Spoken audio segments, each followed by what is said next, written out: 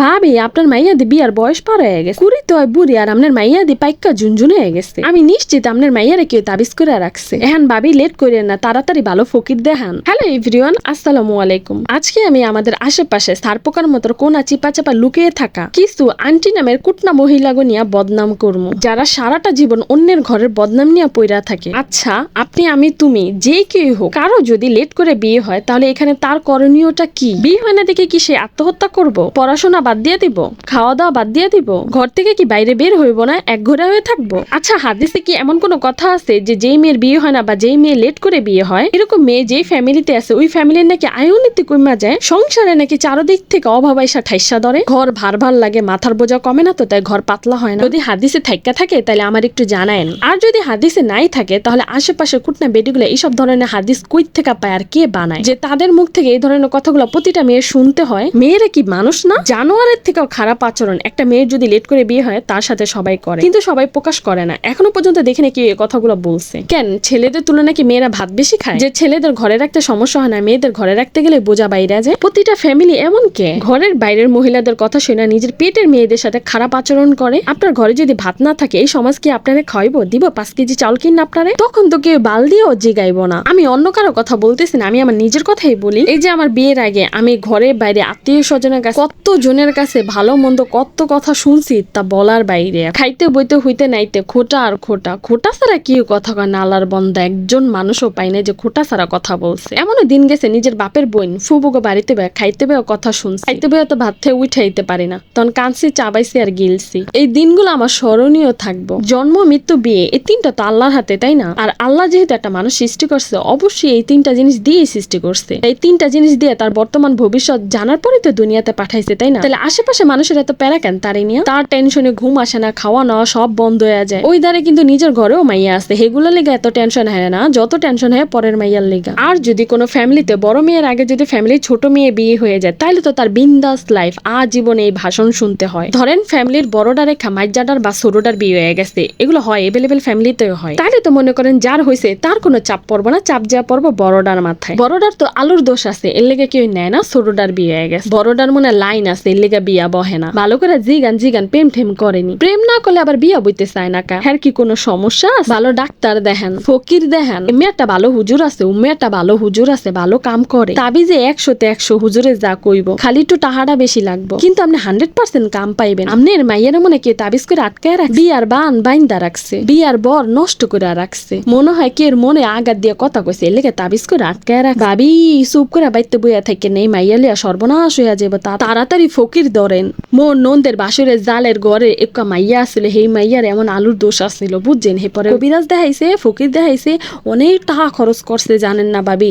Here পরে ভালো হইছে, আমনেও ওরে দেখান ভালো হইতারে। হাটে বাজারে যেখানে বাপ মারা দেহে হেনে মাইয়ার কথা উড়ে দেয়। কেন ভাই জাগো মাইয়া হ্যাগো কি টেনশন নাই? আপনাকে এত চুলকানি কে? মানুষের কথা কি কমু, ঘরের আত্মীয় স্বজনের কথা এনে আগে কই। আমার চাস্তো ভাই ওর মাইয়া বিয়া দিব, কি জানি একটা দোষ পাইছে, চাপায় না আমার মাথার উপরে দিছে। কয় ওর হুবরে তো বিয়ে হয় নাই, ওরে কেমনে বিয়া দিম? তোর মাইয়া তোর টেনশন, আমার নিয়ে আমার বাপের টেনশন আছে, তোর মাইয়ার টেনশন উঠে আমার মাথার উপরে দাস কিল লেগা? এই একটা বিষয় না কানতে কানতে রাত্রে ঘুমায় যেতাম, আর কত যে না খায় রইছি এত হিসাব ছাড়া। সবই ইতিহাস, কিন্তু ঘরের মানুষ যতটা না কইছে বাইরের মানুষ তার থেকে দ্বিগুণ কইছে। যদিও বাইরের মানুষ এই কথাগুলো কর চান্স দিছে। আপনি খাওয়ান, আপনি পড়ান, আপনার মায়ের লেগে আপনার টেনশন থাকবো। মাইসে 2টা কথা কইতে এলে হ্যাঁ আপনি 9টা কথা শুনে দেবেন, কি লেগে হ্যাঁ আপনি চান্স দেন মাথার উপরে কথা কর। কিন্তু এটা না বর্তমান সমাজের মা বাবা বুঝে না, মনে করে সমাজ কি বলবো, পাড়া প্রতিবেশী কি বলবো। তারা আজীবন দেখলাম আমি সমাজ নিয়ে পইরা রইলো। এখন অনেকেই বলতে পারেন বিয়ে হয়ে গেছে দেখে কি বড় গলে এই কথাগুলো বলতে আসছেন? না, যে ভুক্তভোগী সে ঘা শুকানোর পরেও কিন্তু তার ব্যথার কথা বল। আমার মতো এরকম এখন অনেকেই আছে, এই কথাগুলো শুনে বা শুনতেছে কিন্তু কিচ্ছু বলে না। আর বলবে কিভাবে? এই কথার কোনো অ্যান্সার নাই, শুধু শুনতে হয় আর কানতে হয়, উত্তর দেওয়া যায় না। আমি এত পডর করি বা করতাম, কিন্তু এই কথা কোনো উত্তর দিতে পারতাম না। শুধু আমি আমার মারে বুঝাইতাম, বাবারে তো কিছু বলতে পারতাম না যে মা এই জায়গায় আমার কোনো দোষ নাই, বিশ্বাস করো। কষ্টের মধ্যে তখন হাসি পাইতো যখন কেউ বলতো হ্যাঁ একটা প্রেম করে ওই স্যারেরলে পলায় যাইতারস না, তখন আবার কথাও কইতাম, আবার হাসতে হাসতে উত্তরও দিতাম। যদি এমনই হইতো তা তোমাকে এই বালের কথার আশা না পইরা থাকতাম না। যাই হোক, নিজের নামে মানুষের নামে অনেক বদনাম করছি, আর বদনাম করতে চাইতাছে না, চাপা চুপা ব্যথা হয়ে গেছে। এখন এখানে আমি যদি কোনো ভুল কথা বইলা থাকি তাহলে আমি আগেই বলি সরি, কারণ আমি কোনো বানায় কথা বলি নাই, যেগুলো এই সমাজ থেকে আমি শুনে আসছি ওই কথাগুলাই রিপিট করছি। অনেক তো বর্ডর করলাম, এখন আমরা আসল কথা বলি। এই নদীর পাড়ে আমরা কেন ঘুরতে আসছি? আজকে আমাদের বিয়ের 1 মাস হয়েছে, এই উপলক্ষে সে আমাকে ঘুরতে নিয়ে আসছে নদীর পাড়ে। কারণ এখন তো দেশের পরিস্থিতি খারাপ, কই নিয়ে আবার বউলিয়া দৌড়ানি খাইবো। মুলাদি যাওয়ার কথা কইছে, এর লাগে আমি মুলাদি যাই না, পরিস্থিতি খারাপ, নদীর পাড়ে আসছি। ও হ্যাঁ, তোমরা অনেকেই আমার জিজ্ঞাসা করতেছো যে আমার বাড়ি কি মুলাদি? না, আমার বাড়ি মুলাদি না, আমার থানা মুলাদি, জেলা বরিশাল, থানা মুলাদি, গ্রাম চরকালেখা। আর বাড়ির পদবিটা নাই বা বলি। আমার নদীর পাড়ে ঘুরতে অনেক বেশি ভালো লাগে, কারণ নদীর পাড়ে যে বাতাস, লাখ টাকার এসি ফেল, মন চায় এই জায়গায় যদি একটা টঙ্গর বানায় থাকা যেত। কিন্তু এখন তো রাসেল ভাই পারে চাহিদাটা আবার একটু বেশি, বেড়া আবেগের ঠেলা কই উঠছে, এখন নামতে পারে না। আর আমি কইতাছি তোমার আর ছাগলের কালারটা সেম, আমার কয় তুমি কালা, আমি কে নিজে কালা, আমার লগে চললে ফর্সা হইছে আবার ডং করে। বেটারটা দেখা আমার আবার একটু গাছে উঠা শখ লইলো, কয় তাড়াতাড়ি নামো, সাঁতার জানে না, হ্যাঁ আবার ডং করতে গাছে উঠতে যায়। স্লিপ খাইলে একারে জোয়ারের পানি, যে জোয়ার নদীতে যে ঢেউ রাস্তার পিচ ডালাই পর্যন্ত বাইঙ্গা নিয়ে যাইতাছে। বর্ষাকালে আবার নদীতে অনেক চাপ থাকে, একটা তেনা ফালাইলে ওইটা আর একটু পরে খুঁজা পাইবেন না কই গেছে গা। নদী ভাঙতে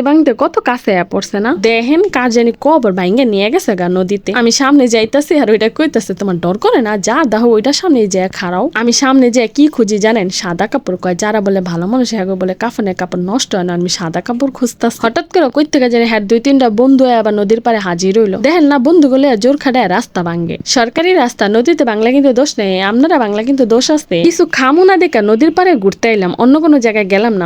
আটতে দেখি খিদা লাগিয়ে গেছে, আর আশেপাশে একটা বিড়ির দোকানও নাই যে একটা চিপস কিনা খাম। হাঁটতে পা ব্যথা হয়ে গেছে, আমি জুতা খুললে কান দিলে হাঁটতাছি। বাদাই মেয়ে কই থেকে যেন একটা চিপস কিনা আনছে, হে তেনাই না হন একলা খাইতাস। আমি চাই একটা কয় তুমি না কইছো তেনাই না, তা তোমার খাওয়ান লাগবো কিনলে। যাই হোক, কম খরচে নদীর পাড়ে অনেক ভিউ নিছি, অনেক বাতাসও খাইছি, ছবিও তুলছি, ভিডিও করছি। আজকের জন্য টাটা, বাই বাই, সুস্থ থাকবেন, ভালো থাকবেন। আর ভিডিওটা কেমন হইছে বা কেমন লাগলো কমেন্ট করে জানাবেন। আর আপনারা এত কিপটা কেন ভিডিও দেখেন, লাইক ফলো কিছুই দেন না? এত কিপটেমি করে কি দুবাইতে 4-5টা বিল্ডিং করতে পারবেন? হেই তো দেশেই পড়ে থাকতে হইব, তাই দেশের মানুষেরা এত ভালো পান না, দেখতে পারেন না কেন?